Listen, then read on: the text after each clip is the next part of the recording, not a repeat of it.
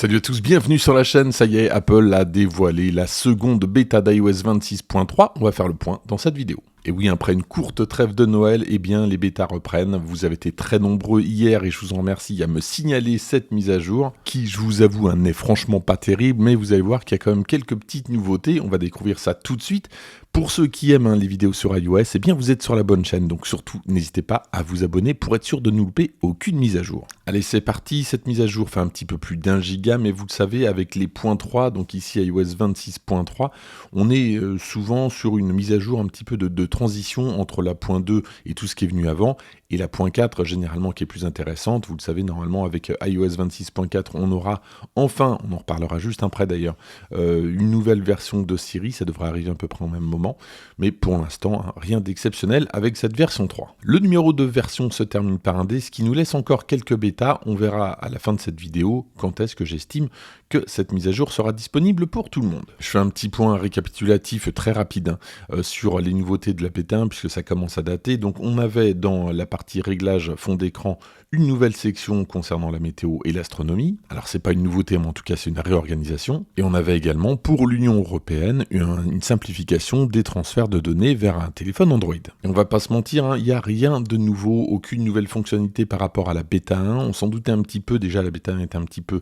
limitée de ce côté-là. Donc pas de nouvelles fonctionnalités avec cette mise à jour. Par contre, on apprend certaines choses, notamment dans le code, mais également directement de la part d'Apple. Conséquence, on a la confirmation que c'est bien Gemini qui va, pour un montant, alors c'est pas encore vraiment dévoilé, mais en tout cas il est estimé $1 milliard par an, qui va donc être à la base du modèle IA d'Apple. Apple s'est empressé évidemment de dire que tout sera anonymisé, c'est-à-dire que toutes les requêtes qu'on va faire depuis Siri eh bien, seront envoyées par Apple à Gemini, mais celles-ci ne seront pas personnalisées, donc Gemini, en tout cas Google, ne saura jamais qui est derrière cette requête. Alors n'hésitez pas à me dire ce que vous en pensez. Est-ce que c'est une faiblesse d'Apple de passer par Google Gemini, ou est-ce que c'est effectivement bien vu étant donné le retard qu'ils ont pris? Et la question c'est de savoir, est-ce qu'ils vont continuer de travailler sur quelque chose qui sera complètement indépendant à terme, ou est-ce que finalement eh bien, ça va être Google en permanence qui va traiter tout ça.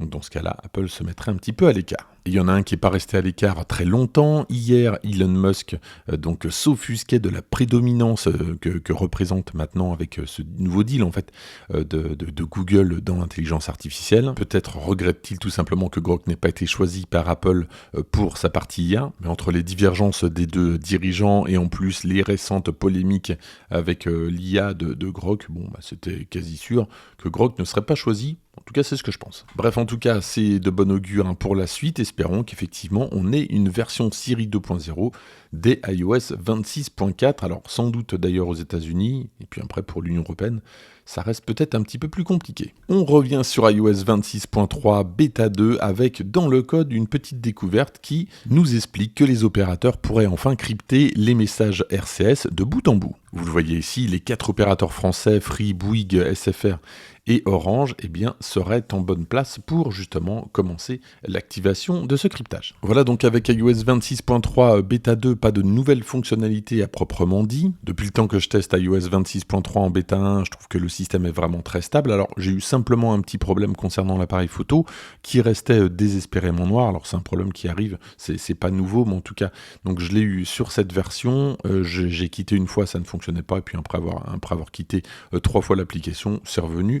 Bon, rien d'exceptionnel. Et puis côté batterie, même si j'ai pas vraiment de retour sur la bêta 2 pour l'instant, je trouve que la bêta 1 est vraiment efficace. J'ai aucun souci de batterie avec mon téléphone. À noter que je vous avais parlé d'un autre problème, alors cette fois-ci avec l'application musique qui se figeait complètement, et c'est vrai que j'avais ça avec les versions iOS 26.2, parfois c'était un petit peu mieux, et puis ça revenait. Là, depuis donc plusieurs semaines d'iOS 26.3, je n'ai aucun souci de plantage de l'application. Je pense que le correctif maintenant fonctionne. Alors qu'en est-il maintenant de la sortie d'iOS 26.3 pour tout le monde? Je continue à penser que ça sera au fin janvier, début février. C'est vrai que là on est à la lettre D. Alors on aura sans doute une bêta 3. Maintenant c'est pas forcément une certitude. On a eu des exemples où avec une version D, je crois que c'était iOS 16.2 ou 18.3 il me semble, que la version suivante était une version finale, enfin en tout cas release candidate. Donc c'est pas pour ça qu'on est encore là pour 3-4 bêta, je pense pas du tout étant donné le type de mise à jour qu'on a avec iOS 26.3. En conclusion, on aura sans doute une version 3 le 19 et puis pourquoi pas une version release candidate vers le 28 pour une version finale, donc en tout cas pour tout le monde, dès début février. Voilà ce que je pouvais vous dire, donc vous l'avez compris, pas grand chose sur cette bêta 2 d'iOS 26.3. En tout cas, si vous avez aimé cette vidéo, n'hésitez pas à la liker, à la partager, à vous abonner. Et moi je vous dis à très bientôt.